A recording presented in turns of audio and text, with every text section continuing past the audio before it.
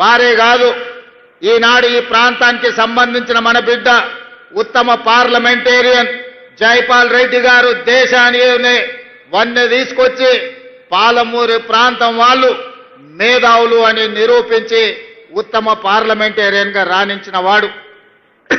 వారే కాదు, మొట్టమొదటి హైదరాబాద్ రాష్ట్రం నిజాం సర్కార్ల నుంచి స్వేచ్ఛ వాయువులు పీల్చుకున్న తర్వాత ఏర్పడ్డ మొట్టమొదటి రాష్ట్రానికి ముఖ్యమంత్రిగా మన పాలమూరు బిడ్డ బూర్గుల రామకృష్ణారావు గారు పరిపాలనను ఏ విధంగా చేయొచ్చో నిరూపించిన బిడ్డ పాలమూరు బిడ్డ బూర్గుల రామకృష్ణారావు గారు. మరి అలాంటి పాలమూరు ప్రాంతమన్నా నల్లమల్ల అడవి ప్రాంతమన్నా నాకు ఎంతో గర్వకారణం. ఎవరైనా నీది పాలమూరు అని అడిగినా, నువ్వు నల్లమల్ల బిడ్డవా అని అడిగినప్పుడు నాకు చాలా సంతోషం కలుగుతుంది. నా ప్రాంతం ఒక గొప్ప ప్రాంతం. ఈ ప్రాంతం నుంచి వచ్చిన వాళ్ళము మేం కష్టపడతాం, కష్టాన్ని నమ్ముకుంటామని చెప్పి గర్వంగా చెప్తా. పాలమూరు జిల్లా అంటే ఒకనాడు తట్ట పని, పార పని, మట్టి పని, ఎక్కడికైనా ముంబై అయినా పూనా అయినా ఎక్కడైనా వలస పోవాలంటే, ఎక్కడ ప్రాజెక్టులు కట్టాలన్నా, ఎక్కడ తట్ట పని, పార పని, మట్టి పని ఉందంటే పాలమూరు నుంచే పిలిచేవాళ్ళు. అది మనకు అవమానం కాదు. పాలమూరు జిల్లా ప్రజలు కట్టిన ప్రాజెక్టులు ఈ దేశం నలుమూలల ఈనాడు సాగునీరును అందిస్తున్నాయంటే మన రక్తాన్ని చెమటగా మార్చి ఈ మట్టి పని చేయబట్టే ఈ ప్రాజెక్టులు పూర్తయి ఈ దేశం ఇవాళ సస్యశ్యామలంగా మారింది. అదేవిధంగా సోదరులారా, ఇవాళ ఈరోజు ఈ నల్లమల్ల అటవీ ప్రాంతంలో నల్లమల్ల డిక్లరేషన్ మా సహచర మంత్రివర్గ సభ్యుల మధ్యలో ఈరోజు డిక్లేర్ చేసుకుంటున్నాము అని అంటే, ఆనాడు ఎన్నికల సమయంలో వచ్చినప్పుడు మీరు డాక్టర్ వంశీకృష్ణ గారిని 50,000 మెజారిటీతో గెలిపించండి, మళ్ళీ ముఖ్యమంత్రిగా ఈ ప్రాంతానికి వస్తా, ఈ ప్రాంతం నా ప్రాంతం, ఈ ప్రాంతాన్ని అభివృద్ధి పదం వైపు నడిపించి ఆదర్శ నియోజకవర్గంగా తీర్చిదిద్దుతా అని ఆనాడు ఎన్నికల సమయంలో మీకు మాట ఇవ్వడం జరిగింది. ఆ మాట ప్రకారం మీరు మీ మాట నిలబెట్టుకున్నారు. డాక్టర్ వంశీకృష్ణను అత్యధిక మెజారిటీతో 50,000 పైన మెజారిటీతో గెలిపించి నల్లమల్ల పౌరుషాన్ని ఈ ప్రాంతం కాంగ్రెస్ పార్టీకి అండగా నిలబడుతుంది. ఈ ప్రాంతం వాడు ముఖ్యమంత్రి అయితే మా కష్టాలు తీరుతాయని మీరు ఆశీర్వదించి వంశీకృష్ణ గారిని గెలిపించరు. ఈనాడు 65 మంది శాసనసభ్యులు తెలంగాణ నలుమూలలా గెలిపించడం వల్ల తెలంగాణ రాష్ట్ర ముఖ్యమంత్రిగా మీ బిడ్డ ఈరోజు మీ మధ్యలో నిలబడి నేను నల్లమల ప్రాంతం వాడిని తెలంగాణ రాష్ట్రానికి ముఖ్యమంత్రి అని చెప్పుకునే గర్వపడే విధంగా ఈనాడు ఇక్కడ నిలబడ్డం. ఈరోజు నా బాధ్యత పెరిగింది. వంశీకృష్ణ గారు కొన్ని అంశాలను ప్రస్తావించడం, ఈ ప్రాంత అభివృద్ధికి సంబంధించి ఈ ప్రాంతాన్ని అభివృద్ధి చేయడం అనేది వంశీకృష్ణ గారికి ఎంత బాధ్యత ఉందో వారితో సమానంగా బాధ్యతను పంచుకోవడానికి ఈ ప్రాంతానికి అవసరమైన నిధులు మంజూరు చేయడానికి ప్రత్యేకమైన ప్రణాళికలు ఏర్పాటు చేసి ఇంతకుముందే కలెక్టర్ గారికి, షరత్ ఐఏఎస్ ఆఫీసర్ గారికి, ఇతర అధికారులకు మా ఉప ముఖ్యమంత్రి గారికి విజ్ఞప్తి చేసిన, నా ప్రాంతాన్ని అభివృద్ధి చేయడానికి ప్రత్యేకమైన ప్రణాళికలు రచించండి, దానికి అవసరమైన నిధులను విడుదల చేయాలి, ఈ ప్రాంతంలో సాగునీరు అందాలి, ఈ ప్రాంతంలో పేదలకు విద్య, ఉద్యోగ, ఉపాధి అవకాశాలు ఇవ్వాలి అని చెప్పి మా సహచర మంత్రివర్గ సభ్యులతో పాటు అధికారులకు సూచన చేయడం జరిగింది. మిత్రులారా, ఇవాళ ఈరోజు ఏర్పాటు చేసుకున్న కార్యక్రమం 29 మంది గిరిజన కుటుంబాలు 45 ఎకరాలలో ఆనాడు ఈ భూముల్లో వాళ్ళు దున్నుకుంటే ఈ పోడు భూములు పోరు భూములుగా మారినాయి. ఆనాడు ఈ పోరు భూముల్లో పోరాటం చేసిన గిరిజనులను బేడీలు వేసి జైలుకు పంపించిన చరిత్ర గత ప్రభుత్వానిదైతే ఈనాడు అదే భూముల్లో సోలార్ పవర్ ప్లాంట్లు పెట్టి వాళ్లకు మంచి తోటలు పెట్టి మంచి పంటలు పండే ఫలాలను ఇచ్చే భూములుగా మార్చి ఈ రోజు ఆ గిరిజనులు ఆత్మ గౌరవంతో బ్రతికే విధంగా ఇందిరా సౌర గిరి జల విధానాన్ని ఈ రోజు ప్రవేశపెట్టడం జరిగింది. అయితే మా ఉప ముఖ్యమంత్రి గారికి నాదొక సూచన, ఈ ఇందిరా సౌర గిరి జల వనరుల అంటే పలకడానికి మాకు కొంచెం కష్టంగా ఉంది, ఇందిరా సోలార్ గిరి జల విధానం అనే కింద మార్చండి. సౌర అనే బదులు కంటే సోలార్ అని పెడితే మా వాళ్ళకి అల్కగా అర్థమవుతుంది, మేము అల్కగా మాట్లాడడానికి ఉంటుందని వారికి నేను విజ్ఞప్తి చేస్తున్నా. అదేవిధంగా మిత్రులారా, ఇవాళ అక్కడ ఆడబిడ్డలతో మాట్లాడినా, మా చెంచు ఆడబిడ్డలతో మాట్లాడుతున్నప్పుడు నాకు ఆశ్చర్యం కలిగింది. సమాజం పట్ల వాళ్ళకున్న అవగాహన, సమాజంలో జరుగుతున్న అభివృద్ధిని ఈరోజు అక్కడ అలివేలు అనే అమ్మాయితో మాట్లాడినా, ఆ అమ్మాయి ట్రైనింగ్కి వెళ్ళింది, తోటల పెంపకాల గురించి అవగాహన కల్పించుకుంది, అధికారులతో మాట్లాడింది, ఇతర ప్రాంతాలలో జరుగుతున్న తోటల పెంపకాలలో తీసుకుంటున్న జాగ్రత్తల గురించి ఆ అమ్మాయికి అవగాహన కలిగింది. అందుకే ఈరోజు నేను కలెక్టర్ గారికి ఆదేశాలు ఇచ్చిన, ఎవరైతే ఈ గిరిజన ప్రాంతాలలో ఉన్న ఆడబిడ్డలు ఈ తోటల పెంపకంలో కానీ సోలారు విద్యుత్తు మోటార్లు పెట్టుకోవడంలో కానీ అదేవిధంగా వాళ్ళ ఇంటికి సోలారు విద్యుత్తు పెట్టుకోవడానికి అవసరమైన ప్రణాళికలు అవగాహన కల్పించడానికి వాళ్ళకు అవకాశం ఇచ్చండి, వాళ్ళను అచ్చంపేట నలుమూలల తిప్పండి అని చెప్పి నేను కలెక్టర్ గారికి ఆదేశాలు ఇచ్చిన. అదేవిధంగా ఇవాళ అక్కడ అధికారులతోనే మాట్లాడినా, ఈరోజు మనము కరెంటు ఒకప్పుడు మోటార్లు కాలిపోవడము, ట్రాన్స్ఫార్మర్లు పేలిపోవడం చూసినాం. ఈనాడు కరెంటు నిరంతరాయంగా వచ్చినా ఈరోజు ఆ విద్యుత్తు తడిసి భారమై ఈరోజు రైతులకు కావలసిన విధంగా ఆ విద్యుత్తును వాడుకోలేని పరిస్థితి ఉంది. అందుకే ఈరోజు ఈ అచ్చంపేట ప్రాంతంలో మా వంశీకృష్ణ గారి విజ్ఞప్తి మేరకు ఎన్ని మోటార్లు ఉన్నాయో మొత్తం నియోజకవర్గంలో అందరి రైతులకు ఉచితంగా సోలారు విద్యుత్తు పంపు సెట్లు ఇచ్చి ఈ వేదిక మీద నుంచి తెలంగాణ ప్రజలందరికీ నేను ఒక విజ్ఞప్తి చేయదలుచుకున్నా. నా సొంత ప్రాంతం అచ్చంపేట ప్రాంతం, ఈనాడు ఏ రైతు కూడా విద్యుత్ వినియోగాన్ని చేసే మోటార్లు కాదు, రాబోయే 100 రోజుల్లో ప్రతి రైతుకు సోలారు విద్యుత్ మోటార్ను అందించి సోలారు విద్యుత్ ఉత్పత్తి మోటార్లకే కాదు, రేపు భవిష్యత్తులో అదనంగా సోలారు విద్యుత్తును ఉత్పత్తి చేసి ప్రభుత్వానికి అమ్మే విధంగా ఆ ఆడబిడ్డలకు 3,000, 4,000, 5,000 ప్రతి నెల ఆదాయం వచ్చే విధంగా ఈరోజు ప్రణాళికలు రచించండి అని చెప్పి మా అధికారులకు చెప్పిన. అందుకే ఇవాళ అచ్చంపేట నియోజకవర్గాన్ని ఈ రాష్ట్రానికి దేశానికే ఆదర్శంగా తీర్చిదిద్దే బాధ్యతను స్థానికైన రైతులు, గిరిజనులు, ఇక్కడికి విచ్చేసిన వేలాది మంది రైతులు బాధ్యతగా తీసుకోండి. ప్రపంచానికే మన అచ్చంపేటను ఆదర్శంగా తీర్చిదిద్దుదాం. దానికి అవసరమైన నిధులనిచ్చే బాధ్యత మీ సోదరుడిగా నేను తీసుకుంటాను అని చెప్పి మీకు అందరికీ విజ్ఞప్తి చేస్తున్నా. సాగునీటి ప్రాజెక్టులు కావచ్చు, రోడ్లు కావచ్చు, కళాశాలల గురించి మా వంశీకృష్ణ గారు చెప్పారు. దానికి సంబంధించిన ప్రణాళికలన్నిటిని కూడా అధికారులకు ఇవ్వండి, అంచనాలు తెప్పించి వాటికి అవసరమైన మంజూరు చేయడానికి అన్ని జాగ్రత్తలు, అన్ని నిర్ణయాలు తీసుకుంటామని చెప్పి నేను ఈ వేదిక మీద నుంచి నేను చెప్పదలుచుకున్నా. మిత్రులారా, ఇవాళ ఆలోచన చేయండి. 2023 డిసెంబర్ 7 నాడు మనం అధికారం చేపట్టిన తర్వాత ఈనాటి వరకు దాదాపుగా తుమ్మల నాగేశ్వరరావు గారి నాయకత్వంలో రైతులకు 60,000 కోట్ల రూపాయలు ఈ రోజు రైతుల మీద ఖర్చు పెట్టినాం. అందులో 21,000 కోట్ల రూపాయలు రైతు రుణమాఫీలోనే ఖర్చు పెట్టినాం. రైతు భరోసా కావచ్చు, రైతు రుణమాఫీ కావచ్చు. అదేవిధంగా ఒకనాడు పంట పండిస్తే మీరు ఒరేసుకుంటే ఉరేసుకున్నట్టే అని ఆనాటి ముఖ్యమంత్రి గారు మాట్లాడినారు, మీకు అందరికీ తెలుసు. కానీ ఆయన మాత్రం ఆయన ఫామ్ హౌస్లో 150 ఎకరాలలో ఒరేసుకొని 4,200కు క్వింటాలు అమ్ముకున్నాడు.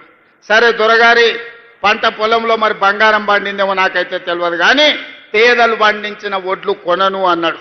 కానీ మన ప్రభుత్వం వచ్చిన తర్వాత మీరు వరి పండించండి, సన్నాలు పండించండి, మీకు గిట్టుబాటు ధరనే కాదు, మీకు 500 రూపాయల బోనస్ ఇచ్చి రైతులను ఆదుకుంటాం, పండించండి అని అంటే మొన్నటి ఎండాకాలంలో యాసంగిలో 1,56,00,000 మెట్రిక్ టన్నుల పిండ మీరు ఒడ్లు పండించి దేశంలోనే చరిత్ర సృష్టించరు.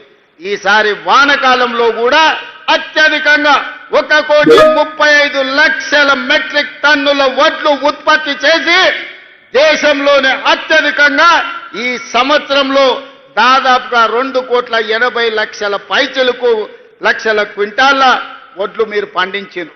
అంటే ఈరోజు వరి పండిస్తే ఉరేసుకోవాలనే కాడి నుంచి వరి పండిస్తే గిట్టుబాటు ధరనే కాదు మీకు 500 రూపాయల బోనస్ ఇస్తామని చెప్పినాం. ఆనాడు సన్నాలు పండించండి నేను అన్నప్పుడు కొంతమంది అవహేళన చేసిరు. సన్నాలు పండించమంటుండు ఈ సన్నాసి అని ఒక నాయకుడు అన్నాడు. కానీ ఇవాళ మా పేదలు మా ఆడబిడ్డలు ఇక్కడ ఉన్నారు. అక్కడ పక్కన చాలా మంది మా అక్కలు మా సోదరిమణులు ఉన్నారు. వాళ్ళని నాకు కొంచెం దూరంగా కూర్చోబెట్టారు. కానీ నేను వాళ్ళందరినీ చూస్తున్నా. మా అక్కలందరూ చేయొద్దండి. అక్క మీకు సన్న బియ్యం వచ్చినాయా రాలేదా? ఇవాళ సన్న బియ్యం ద్వారా నీ పిల్లలకు మంచి అన్నం వండి పెడుతుండ్రా లేదా? మీ ఇంటాయనకు 3 పూటల భోజనం పెడుతుండ్రా లేదా? ఒక్కసారి చెప్పండి. ఇవాళ మా అక్కల ఆడబిడ్డల కళ్ళల్లో సంతోషం చూడండి. ఆయల్లా రేషన్ షాపులో పోతే బియ్యం తెచ్చుకుంటే బర్రెలకు దానా కింద వాడేది, లేకపోతే రేషన్ షాపోడే కిలోకు 10 రూపాయలు మనకిచ్చి వాడే కొనుక్కునేది. కానీ ఇవాళ ఉత్తమ్ కుమార్ రెడ్డి గారి మంత్రిగా ఈరోజు సన్న బియ్యం ప్రతి పేదవాడికి అందించడం ద్వారా బుక్కెడు బువ్వ ఇవాళ సన్న బియ్యంతో మనం తింటున్నాం. మేమందరం మీకు ఇవ్వడం కాదు, పేదవాళ్ళ ఇళ్లలో నేను, మా ఉప ముఖ్యమంత్రి గారు, మా వ్యవసాయ శాఖ మంత్రి గారు, మా సాగునీటి పారుదల శాఖ మంత్రి గారు, ప్రతి మంత్రి, మా రెవెన్యూ మంత్రి గారి ఇండ్లల్లో పేదవాళ్ళ ఇంటికి వెళ్ళి వాళ్ళు వండిన సన్న బియ్యమే మేము తినొచ్చిన మాట వాస్తవం కాదా? ఆయల్లో సన్నాలు వండియబట్టి ఈనాడు పేదలకందరికీ ఈరోజు సన్న బియ్యం ఇవ్వడం ద్వారా ఈరోజు రేషన్ బియ్యం మనము ఆత్మ గౌరవాన్ని పెంచే విధంగా అవి వండుకొని తింటున్నాము అని అంటే, రైతులు పండించే సన్న బియ్యం మళ్ళీ రైతులకే మీరు వడ్లు పండిస్తే వాటిని బియ్యంగా మార్చి మళ్ళీ పేదలకే సన్న బియ్యం అందిస్తున్నాం. ఈ ప్రభుత్వం మీకు రైతులకు ఉచిత కరెంట్ ఇవ్వడమే కాదు, ప్రతి పేదవాడి ఇంటికి 50 లక్షల పేదలకు 200 యూనిట్లు ఈనాడు ఉచిత విద్యుత్ ఇస్తున్న మాట నిజం కాదా? పేదలకందరికీ ఇవాళ 3,10,00,000 మందికి సన్న బియ్యాన్ని రాష్ట్ర ప్రభుత్వం అందిస్తున్న మాట వాస్తవం కాదా? ఇవాళ మా ఆడబిడ్డలు మా అక్కలిడికి వచ్చారు. మా మంత్రి పొన్నం ప్రభాకర్ గారు వేదిక మీద ఉన్నారు. మహాలక్ష్మి పథకం ద్వారా మా ఆడబిడ్డలకు ఆర్టీసీ బస్సుల్లో ఉచిత ప్రయాణం అందించినాం. ఒకనాడు అమ్మగారి ఇంటికి వెళ్ళాలన్నా, అమ్మవారిని దర్శించుకోవాలంటే ఇంటాయన దగ్గర చేయి చాపాల్సిన పరిస్థితి. ఇవాళ మా అక్కలకి ఇంటాయన ఆఫీసుకు పోతే అమ్మవారి దర్శనం చేసుకొని అమ్మగారి ఇంటికి పోయి పలకరించి మళ్ళా సాయంత్రానికి ఉచితంగా ఇంటికి వచ్చే ఏర్పాటు మా ఆర్టీసీ బస్సుల్లో మహాలక్ష్మి పథకం ద్వారా ఉచిత ఆర్టీసీ బస్సు ప్రయాణం ఇచ్చినాం. ఈ 16-17 నెలల దాదాపుగా 5,500 కోట్ల రూపాయలు ఈరోజు ఆడబిడ్డల ఉచిత బస్సుకు మనం ఖర్చు పెట్టడం జరిగింది. ఇదే కాదు, మా ఆడబిడ్డలు ఉన్నారు, సంఘాల సభ్యులు ఉన్నారు. ఈరోజు ఎవరెవరో పెద్ద పెద్ద వ్యాపారస్తులు బస్సులు కొని ఆర్టీసీకి కిరాయికి ఇస్తున్నారు. కానీ మా ఆడబిడ్డలకు సంఘాలకు 600 బస్సులు ఇచ్చి 150 బస్సులు నేనే ప్రారంభించిన. ఇవాళ ఆడబిడ్డల బస్సులు కొని ఆర్టీసీకి కిరాయికి పెట్టి లక్షాధికారులను ఇవాళ కోటీశ్వరులను చేసే విధంగా ఆడబిడ్డలకు ఆర్టీసీ బస్సుల యజమానులను చేసింది మన ప్రభుత్వం కాదా? ఒకసారి ఆలోచన చేయండి. ఇదే కాదు, ఇవాళ సోలార్ పంపు సెట్లు పెట్టుకున్నాం. ఇక్కడ సోలార్ విద్యుత్ ఉత్పత్తి చేస్తున్నాం. ఒకనాడు ఏమనేది, సోలార్ అంటే అదాని అనేటోళ్ళు, పెట్రోల్ బంకుల వ్యాపారం అంటే అంబానీలు అనేటోళ్ళు. కానీ ఇవాళ మా ఆడబిడ్డలకు 1000 మెగావాట్ల సోలారు విద్యుత్ ఉత్పత్తి చేసే ఒప్పందాలు బట్టి విక్రమార్క గారితో చేయించి సోలారు ఉత్పత్తి చేయండి, కోటీశ్వరులు గాంధీ అని చెప్పి 1000 మెగావాట్లు వాళ్లకు బ్యాంకు ద్వారా లోన్లు ఇప్పించి ఇవాళ ఒప్పందాలు చేయించినాం. ఇవాళ రిలయన్స్ పెట్రోల్ బంకులు కాదు, మా మహిళా శక్తి, ఇందిరా మహిళా శక్తి పెట్రోల్ బంకులు వచ్చినాయి. నారాయణపేటలో నేనే స్వయంగా వెళ్ళి మా ఆడబిడ్డలు నడుపుతున్న పెట్రోల్ బంకును ప్రారంభించి మా ఆడబిడ్డలు పెట్రోల్ బంకులు నడపగలరని ఇవాళ ఆడబిడ్డలను పెట్రోల్ బంకుల యజమానులను ఇవాళ మనం చెయ్యలేదా? మీరు ఆలోచన చేయండి. ఇదే కాదు, హైటెక్ సిటీ అన్న శిల్పారామం చుట్టుముట్టుతంటే కోటీశ్వరులే ఉంటారు, మల్టీనేషనల్ కంపెనీలు ఉంటాయని చర్చ జరిగేది. విప్రో, ఇన్ఫోసిస్, మైక్రోసాఫ్ట్ లాంటి ప్రపంచ దిగ్గజ కంపెనీలకు అక్కడ ఆఫీసులు ఉన్నాయి. కానీ అక్కడనే 3.5 ఎకరాల స్థలం మా మహిళా సంఘాలకు ఇచ్చి వాళ్ళు ఉత్పత్తి చేసే వస్తువులను అమ్ముకోవడానికి ప్రపంచ కంపెనీలతో పోటీ పడే విధంగా మా ఆడబిడ్డలకు శిల్పారామం పక్కన 3.5 ఎకరాల భూమి కేటాయించి 106 స్టాళ్లు పెట్టి వాళ్ళ ఉత్పత్తులన్నిటిని అమ్ముకోవడానికి వాళ్ళ ఆత్మ గౌరవం నిలబడే విధంగా అదాని అంబానీలతో పోటీ పడే విధంగా ఇవాళ మా ఆడబిడ్డలకు అవకాశం కల్పించింది. నేను ఒకటే చెప్పిన మా మంత్రివర్గ సహచరులకు, మా అధికారులకు, రాబోయే రోజుల్లో 2029 లోపల 1 కోటి మంది ఆడబిడ్డల్ని కోటీశ్వరులుగా చేసే విధంగా లక్ష్యం పెట్టుకోండి. ఆ దిశగా పనిచేద్దాం.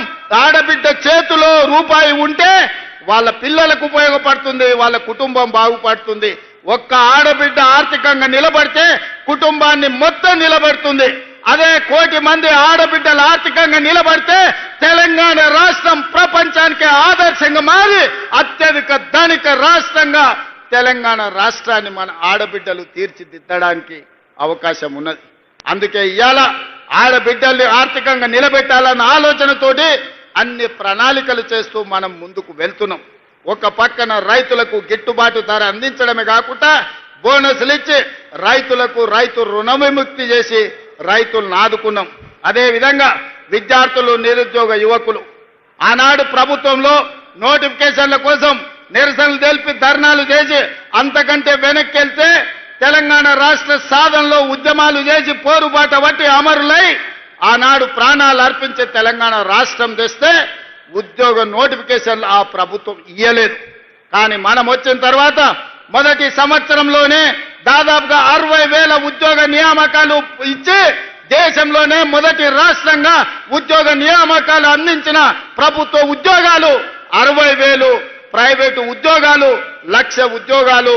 ఈ మొత్తం 16 నెలల్లో 1,50,000 ఉద్యోగాలు అందించి ఈరోజు నిరుద్యోగులను ఆదుకున్నాం. ఆనాటి ప్రభుత్వంలో నోటిఫికేషన్ల కోసం చిక్కడపల్లిలో ధర్నాలు జరిగేది. ఆనాటి ప్రభుత్వంలో ఉస్మానియా కాకతీయ యూనివర్సిటీలో ప్రభుత్వ నోటిఫికేషన్లు ఇవ్వండి అని ఉద్యమాలు జరిగినాయి.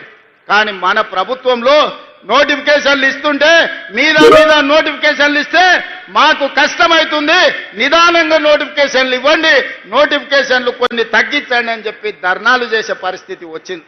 దేశంలో ఎక్కడ కూడా ఇస్తున్న నోటిఫికేషన్లను కొంత వాయిదా వేయమని ధర్నాలు జరగలే. అంటే నిరుద్యోగ యువకుల పట్ల మాకున్న చిత్తశుద్ధి దీన్ని బట్టి మీరు అర్థం చేసుకోండి. అదేవిధంగా విద్యకు సంబంధించి అన్ని యూనివర్సిటీలలో 12 యూనివర్సిటీ వైస్ ఛాన్సలర్లు నియమించడమే కాదు, ఖాళీలను భర్తీ చేసి పిల్లలకు నాణ్యమైన చదువు చెప్పించాలి. పిల్లలు చదువుకున్నప్పుడే ఈ దేశ భవిష్యత్తు తరగతి గదుల్లో ఉంది. వాళ్లకు నాణ్యమైన విద్యను అందించండి. అప్పుడే ఈ రాష్ట్రం దేశానికి ఆదర్శంగా ఉంటుంది అని చెప్పి ఉద్యోగ నియామకాలు చేపట్టినాం.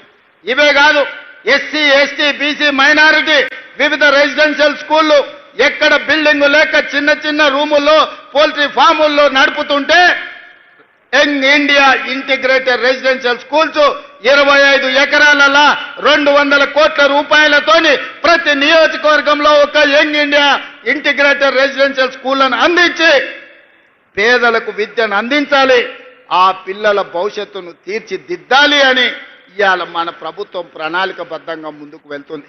మిత్రులారా, ఇవాళ ఆలోచన చేయండి. రైతులు కావచ్చు, మహిళలు కావచ్చు, విద్యార్థి నిరుద్యోగ యువకులు కావచ్చు, ఈ రాష్ట్రానికి తీసుకొస్తున్న పెట్టుబడులు కావచ్చు, 16 నెలల్లో 3 లక్షల కోట్ల రూపాయల పెట్టుబడులు తెచ్చి ప్రపంచ దిగ్గజ కంపెనీలను హైదరాబాద్కు రప్పించి ఈ రోజు అభివృద్ధి పదం వైపు మనం నడిపిస్తున్నాం.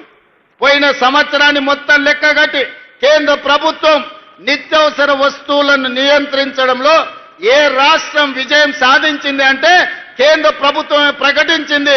తెలంగాణ రాష్ట్ర ప్రభుత్వం నిత్యావసర వస్తువులను నియంత్రించి పేదలకు అందుబాటులో తీసుకొచ్చింది. నెంబర్ 1 రాష్ట్రం తెలంగాణ రాష్ట్రం అని కేంద్ర ప్రభుత్వమే ఇచ్చింది. కేంద్రంలో మన ప్రభుత్వం లేదు, పరాయి పార్టీకి సంబంధించిన ప్రభుత్వం ఉన్నా మనల్ని అభినందించక తప్పలేదు. శాంతి భద్రతలకు సంబంధించి దేశం మొత్తం అన్ని రాష్ట్రాలలో పోటీ పెడితే శాంతి భద్రతలు తెలంగాణ రాష్ట్రంలోనే అత్యంత మెరుగ్గా ఉన్నాయి.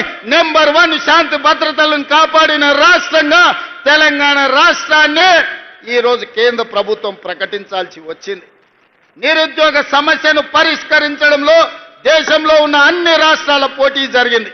నిరుద్యోగ సమస్యని నిర్మూలించడంలో తెలంగాణ రాష్ట్రం నెంబర్ 1 అని కేంద్ర ప్రభుత్వమే నెంబర్ 1 రాష్ట్రంగా తెలంగాణ రాష్ట్రాన్ని ఇవాళ కేంద్ర ప్రభుత్వం ప్రకటించాల్సిన పరిస్థితి వచ్చింది.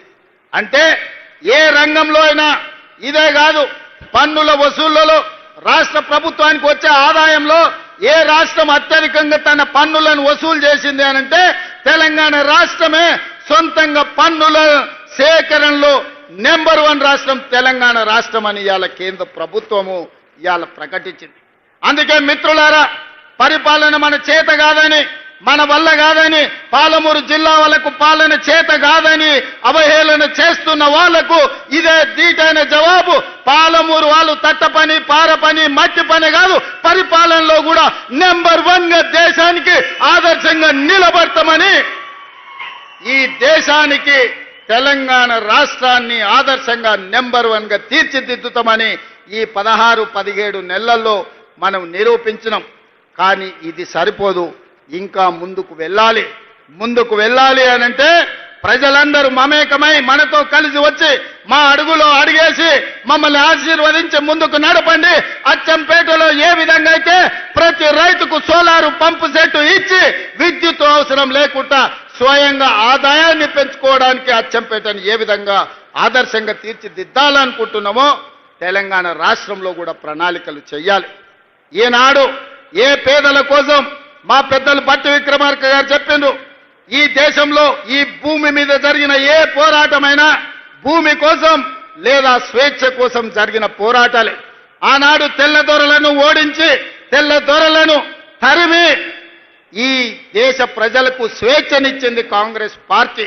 అదేవిధంగా ఆనాడు జల్ జమీన్ జంగల్ కావచ్చు, భూమి కోసం, భుక్తి కోసం, విముక్తి కోసం జరిగిన పోరాటాలు కావచ్చు, దొడ్డి కొమరయ్య కావచ్చు, కొమరం భీముడు కావచ్చు, చాకలి ఐలమ్మ కావచ్చు, లేకపోతే రామ్జీ గోండు కావచ్చు, సూరవరం ప్రతాప్ రెడ్డి కావచ్చు, ఈ పోరాటాలన్నీ స్వేచ్ఛ కోసం, భూమి కోసం జరిగిన పోరాటాలే. స్వేచ్ఛని దేశానికి ఇచ్చింది మా కాంగ్రెస్ పార్టీ. ఆనాడు పండిత్ జవహర్లాల్ నెహ్రూ, మహాత్మా గాంధీ గారి నేతృత్వంలో ఈ దేశానికి స్వేచ్ఛను తీసుకొచ్చాం.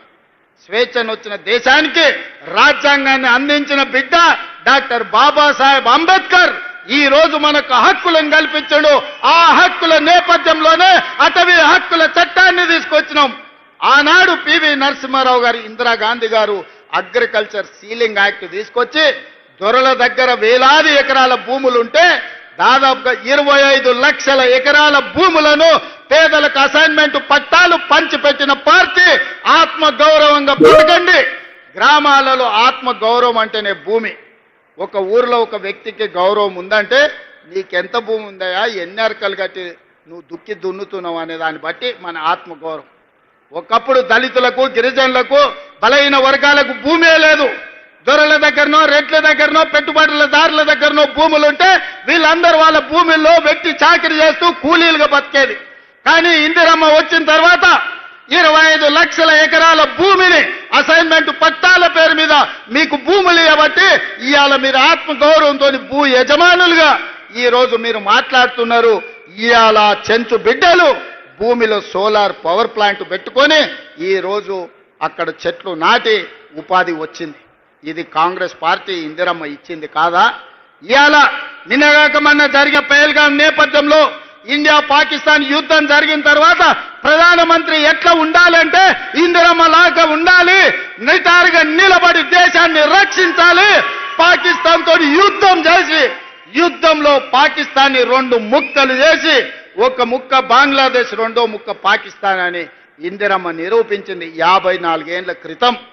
అలాంటి పౌరుషం కలిగిన నాయకురాలు ఈ దేశానికి ప్రధానమంత్రిగా ఉంటే 50 ఏళ్ల తర్వాత ఈరోజు మీరు ఆలోచన చేయండి. ఎంతో మంది ప్రధానమంత్రులైన, ఎంతో మంది రాష్ట్రపతులైన, కానీ తండాలలో, గూడాలలో, మారుమూల పల్లెల్లో వాళ్ళ పేర్లు గుర్తు లేవు.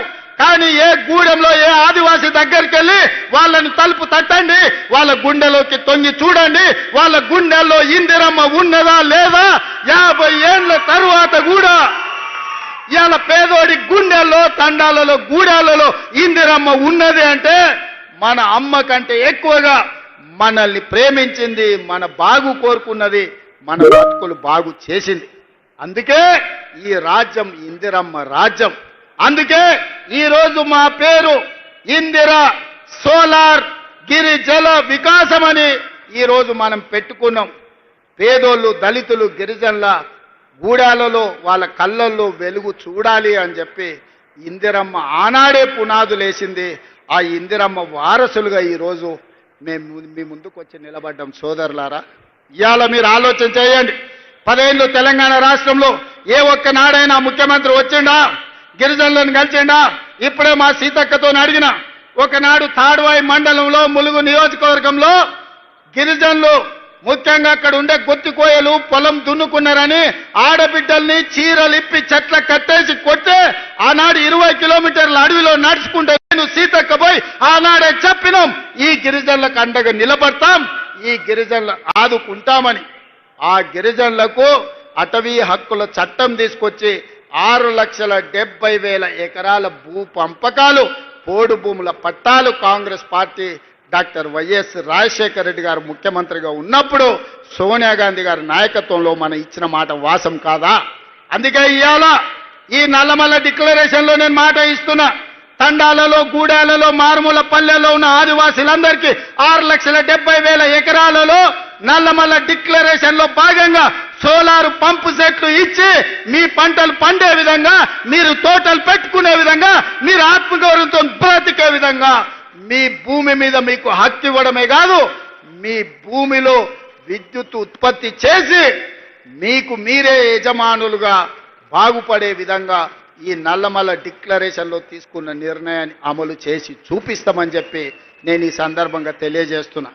నేను గ్రామాల నుంచి వచ్చిన కాబట్టి పేదవాళ్ళ కష్టాలు నాకు తెలుసు. నల్లమల్లను అభివృద్ధి పదం వైపు నడిపించే విధానం నాకు తెలుసు. తెలంగాణ రాష్ట్రాన్ని ఏ విధంగా పునర్నిర్మించాలో ఇవాళ మీ అందరి ఆశీర్వాదంతో ముందుకు వెళ్తున్నాం. కొంతమంది కుట్రలు చేయొచ్చు, కుతంత్రాలు చేయొచ్చు, వాళ్లకున్న అక్రమ సంపాదనతో సోషల్ మీడియాలో మన మీద దుమ్మెత్తి పొయ్యొచ్చు, కానీ నిజం అనేది తెలుస్తుంది. ఆ నిజం ఎట్లా తెలుస్తుందా అంటే, సన్న బియ్యంతో బుక్కెడు పువ్వ కడుపులకు పోయినప్పుడు ఆ ఆడబిడ్డకు తెలుస్తుంది, వాళ్ళ పిల్లలకు బుక్కెడు పువ్వ పెట్టినప్పుడు, ఇంటానికి పెట్టినప్పుడు ఇది ఇందిరమ్మ రాజ్యంలో మా రేవంత్ అన్న ఇచ్చుడు సన్న బియ్యం అని చెప్పి ఆ ఆడబిడ్డలకు తెలుస్తుంది. ఇవాళ 60,000 మంది నిరుద్యోగ యువకులు ఉద్యోగాలు వచ్చి ప్రతి నెల జీతం కోసం సంతకం పెట్టినప్పుడు ఈ ఉద్యోగం మా రేవంత్ అన్న ఇచ్చిండు, ఆయన వచ్చినాకనే మాకు ఉద్యోగం వచ్చింది అని చెప్పి అతను గుర్తు చేసుకుంటాడు. ఇవాళ గవర్నమెంట్ స్కూళ్లలో, రెసిడెన్షియల్ పాఠశాలల్లో చదువుకుంటున్న విద్యార్థులకు 40% డైట్ ఛార్జెస్ పెంచడమే కాదు, ఆడబిడ్డలకు 200% కాస్మెటిక్ ఛార్జెస్ పెంచడం కదా. ప్రతి నెల అవి పొందినప్పుడు ఆ బిడ్డలు గుర్తు చేసుకుంటారు. ఇదే కాదు, రైతు రుణమాఫీ 20,617 కోట్ల రూపాయలు, 25,55,364 మంది రైతులు పాస్ పుస్తకం చూసినప్పుడల్లా మా సోదరుడు రేవంత్ రెడ్డి 2 లక్షల రూపాయల వరకు 21,000 కోట్ల రూపాయల రైతు రుణమాఫీ చేసిండని మా రైతులు గుర్తు చేసుకుంటారు. ఈ విధంగా చెప్పుకుంటూ పోతే 50 లక్షల కుటుంబాలు ఇవాళ 200 యూనిట్లు ఉచిత కరెంటును ఈ రోజు పొందుతున్నాయి. 3,10,00,000 మంది తెలంగాణ రాష్ట్రంలో సన్న బియ్య లబ్ధిదారులు ఉన్నారు. వీళ్ళందరూ గుర్తు చేసుకున్నప్పుడు ఆ సన్నాసులు సోషల్ మీడియాలో చేసే తప్పుడు ప్రచారం నాకు ఒక లెక్కన అని చెప్పి ఈ రోజు మీ అందరి ముందర నేను చెప్పదలుచుకున్నా. కాబట్టి మిత్రులారా, ఎవడు ఏది చెప్పినా నిజం మీకు తెలుసు, నిజం మీ కళ్ళ ముందలు ఉన్నది. నిజాన్ని నిర్భయంగా కాంగ్రెస్ పార్టీ కార్యకర్తలు, తెలంగాణ బాగు కోరుకునే వాళ్ళు నిర్భయంగా నిటారుగా నిలబడి చెప్పండి. ముఖ్యంగా మా ఆడబిడ్డల్ని 1,00,00,000 మందిని కోటీశ్వరులను చేసే బాధ్యత మాది. పోయిన సంవత్సరం సెర్పులో 15,000 కోట్లు, మెప్మాలో 6,000 కోట్లు, 21,000 కోట్లు సంఘాలకు లింకేజ్ ఇచ్చినాం. ఈసారి ఇప్పటికే 15,000 కోట్లు లక్ష్యం పెట్టుకుంటే 20,000 కోట్ల రూపాయలు ఈ సంవత్సరం కూడా మా ఆడబిడ్డలకు బ్యాంకు లింకేజ్తోని మా బట్టి గారు అందించారు. ఎవరైతే లబ్ధి పొందినరో లబ్ధి పొందిన వాళ్ళు గుర్తుపెట్టుకుంటే చాలు. ఎవడైతే తప్పుడు ప్రచారం చేస్తుండో కడుపు నిండా విషం పెట్టుకొని ఆ విషంతో విష ప్రచారం చేయడం ద్వారా మన ప్రతిష్టకు భంగం కలిగించాలనుకుంటున్నారు. నేను వాళ్ళందరినీ పట్టించుకోదలుచుకోలేదు, వాళ్ళ దిక్కు చూడదలుచుకోలేదు. ప్రతి ఊర్లో ఒకడో ఇద్దరో తాగుబోతులో సన్నాసులో ఉండనే ఉంటారు.